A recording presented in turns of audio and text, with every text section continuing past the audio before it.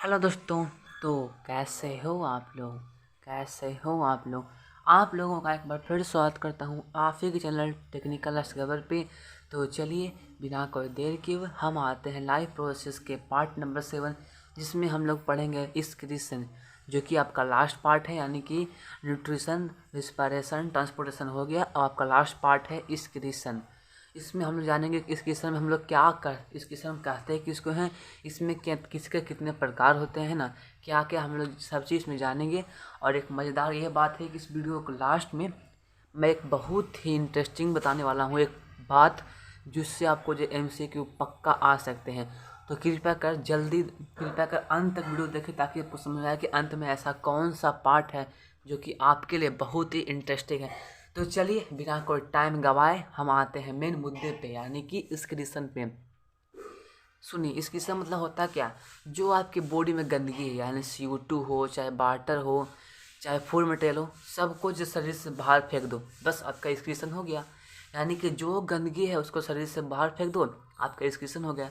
जैसे घर में आप बनाते होंगे चाय, चाहे आप घर में छीलते होंगे आलू प्याज, है ना, तो आलू का छिलका, प्याज का छिलका, ये हो गया मेटाबॉलिक वेस्ट, ये हो गया एक्सक्रीशन। इसको हम फेंक दिए, घर से बाहर फेंक दिए, तो ये कहला गया एक्सक्रीशन। यानी कि जो आपके शरीर में गंदगी है उसको बाहर फेंक दो, शरीर से बाहर फेंक दो, चाहे घर से बाहर फेंक दो, वो आपका हो जाएगा एक्सक्रीशन। तो वही मैं लिखा हूँ, the metabolic activities in the body generate many kind of waste. यानी कि आपके बॉडी में अलग अलग प्रकार के वेस्ट आपके क्रिएट होते हैं। यानी कि आपके बॉडी शरीर में अलग अलग तरह के मेटाबॉलिक वेस्ट क्रिएट होते हैं। यानी कुछ कुछ गैस के फॉर्म में, तो कुछ वाटर के फॉर्म में, तो कुछ फूड के फॉर्म में।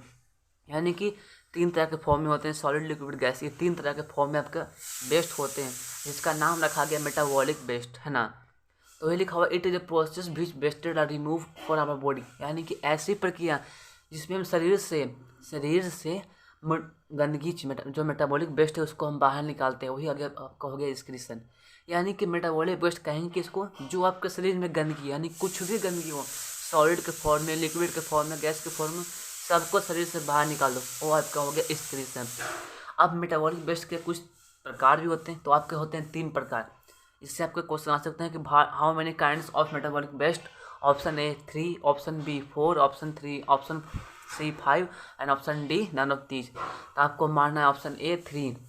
तो इससे क्वेश्चन आ सकते हैं। तो आपको लिखा हुआ पहला डाइजेस्टिव वेस्ट। अब डाइजेस्टिव वेस्ट कहते हैं किसको, यानी कि जो आपका वेस्ट मटेरियल एनस के द्वारा, यानी कि जो आपका वेस्ट मटेरियल एनस के द्वारा बाहर निकलता हो, है ना, वो आप कहोगे डाइजेस्टिव वेस्ट। सुनिएगा ध्यान से, जब वो जो आपका निकलेगा एनएस के द्वारा, वो आपका होता है लिक्विड फॉर्म में। तो वही जो निकलता है एनएस के द्वारा वेस्ट, उसको कहते हैं डाइजेस्टिव वेस्ट।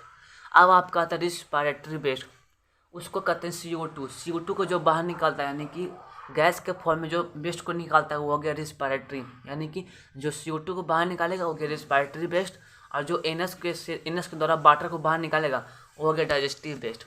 अब आता है लास्ट नाइट्रोजीनियस वेस्ट। अब नाइट्रोजीनियस वेस्ट कहते हैं किसको, तो यही लिखा हुआ नाइट्रोजन बेस का होता है, लिखा हुआ यूरिया, यूरिक एसिड, वाटर, ये 3 चीज़ को निकालेगा तो आपका हो गया नाइट्रोजीनियस बेड। यानी कि वाटर को निकाले और यूरिया को निकाले और यूरिक एसिड को निकाले, ये आपका कहला गया नाइट्रोजीनियस बेस्ट, है ना।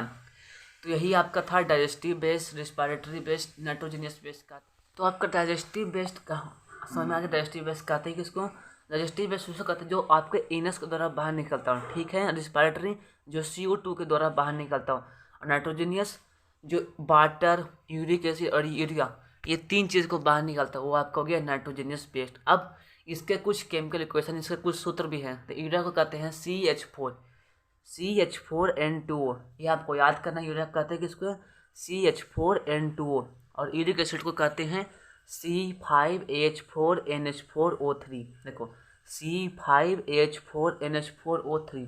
अब आपका यूरिक एसिड कहाँ पाया जाएगा, तो आपको यूरिक एसिड पाया जाएगा ब्लड में, यानी कि आपके खून में पाए जाते हैं यूरिक एसिड, जिसको बाहर निकालता है मेटाबॉलिक वेस्ट, वो आपका इस किस्म में बाहर निकलता है। तो आपके इस किस्म में हो जाएंगे digestive waste, respiratory waste, nitrogenous waste, ये 3 चीज़ आपको इस किस्म में होते हैं, है ना।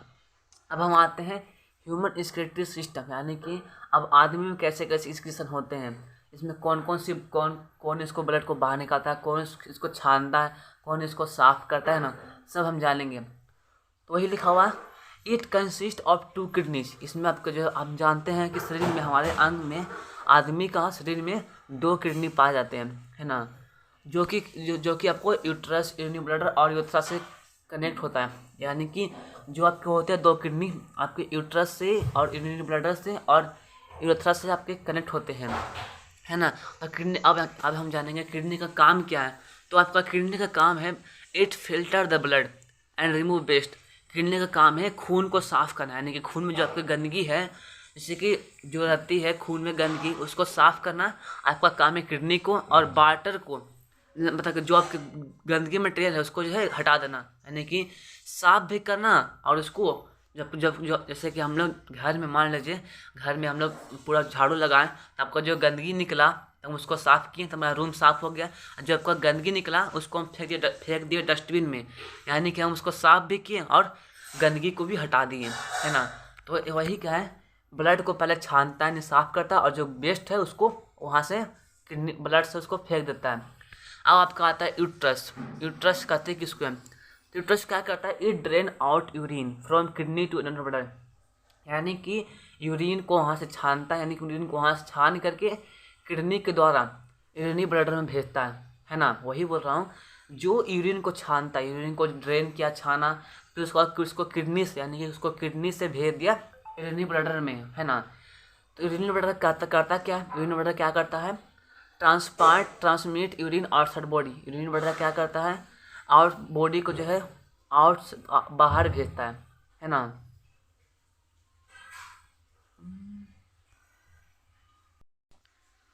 रुकिए, आपका जो यूरिनरी ब्लैडर हुआ वो आपको यूरिन को स्टोर करता है, उसको भेजता नहीं बॉडी से बाहर। यह गलती लिखा चुका है। जो आपके यूरिनरी ब्लैडर होंगे इट स्टोर द यूरिन, या आपको जो यूरिन को स्टोर करते हैं, यानी कि जो आपकी यूट्रस थे जो आपको छान के भेजे यूरिन को किडनी के द्वारा, तो उसको यूरिनरी ब्लैडर में भेजे। यूरिनरी ब्लैडर क्या किया, उसको स्टोर किया। देखो ये आपको जो गलती लिखा चुके हैं, कोई बात नहीं। इसका होगा यूरिनरी ब्लैडर का इट स्टोर द यूरिन, यानी कि जब यूरिन को स्टोर करते हैं, यानी कि यूरिन को वहाँ पे जमा करते हैं। जैसे कि आप लोग खाना खाते हैं तो उसको जमा करते हैं ना पेट में, है ना। जैसे कि हम लोग जैसे कोई सामान लिए तो उसको जमा करते हैं ना, अपने बॉक्स में रखते हैं, घर में सजाते हैं, तो वही काम करता है यूरिन ब्लैडर।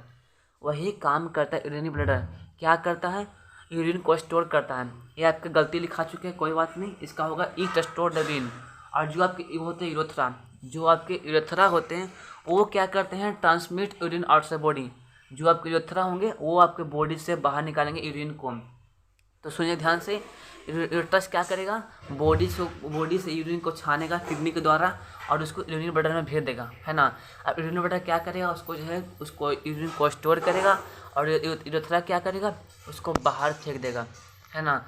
अब आते हैं main point, kidneys have filtration unit called nephron. जो आपको किडनी में जो छानता है, जैसे कि हम लोग छानते हैं घर में छलनी से, जो छानता है उसको बोलते हैं छलनी। तो वही जो आपको किडनी में छानता है वो उसका जो अंग का नाम है नेफ्रॉन। नेफ्रॉन ही आपको जो है वेस्ट मटेरियल को छानता है, यानी कि CO2 को छानता है ना।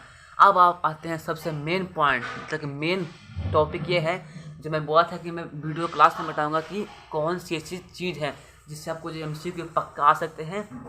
तो ये है, 1 किडनी में लगभग 10 लाख नेफ्रॉन पाए जाते हैं। यही है, जब एक किडनी में कम से कम 10 लाख नेफ्रॉन होते हैं। सोच लीजिए कितना नेफ्रॉन हो जाएगा।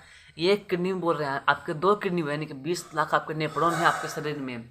उससे ज़्यादा हो सकता है लेकिन उससे कम नहीं हो सकते हैं। तो वही था मेन टॉपिक, ये एक किडनी में 10 लाख नेफ्रॉन पाए जाते हैं। तो आप लोगों को समझ में आ गया होगा क्या क्या चीज़ हम लोगों को पढ़ना था। थोड़ा सा मिस प्रिंटिंग हो गया, कोई बात नहीं, हम अगला बार सुधार कर देंगे। तो चलिए मिलते हैं वीडियो में।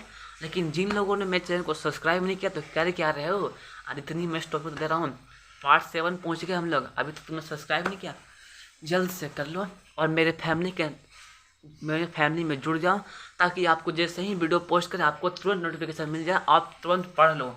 और जिन लोगों ने बेल आइकन को प्रेस नहीं किया उन बेल आइकन को प्रेस कर लें और कम से कम 3 दोस्तों के साथ शेयर करें, ताकि जिन लोगों को कुछ समझ में नहीं आया, जिन लोगों ने वीडियो देखा नहीं है तो वो जो है वीडियो को देख सकें, ताकि उनके भी एग्जाम में नंबर आ सके, है ना। आप लोगों को शेयर करना है, बस कुछ नहीं, बस आपको शेयर करना है और वीडियो को लाइक करना है, ठीक है। तो चलिए मिलते हैं अगले वीडियो में।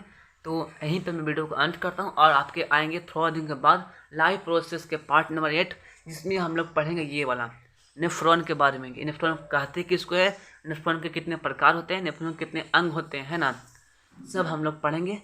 तो चलिए बिना कोई टाइम वेस्ट किए हम इस वीडियो को यहीं पे बंद करते हैं। और जिन लोगों ने मेरे चैनल को सब्सक्राइब नहीं किया कृपया कर सब्सक्राइब कर ले। जय हिंद, जय भारत।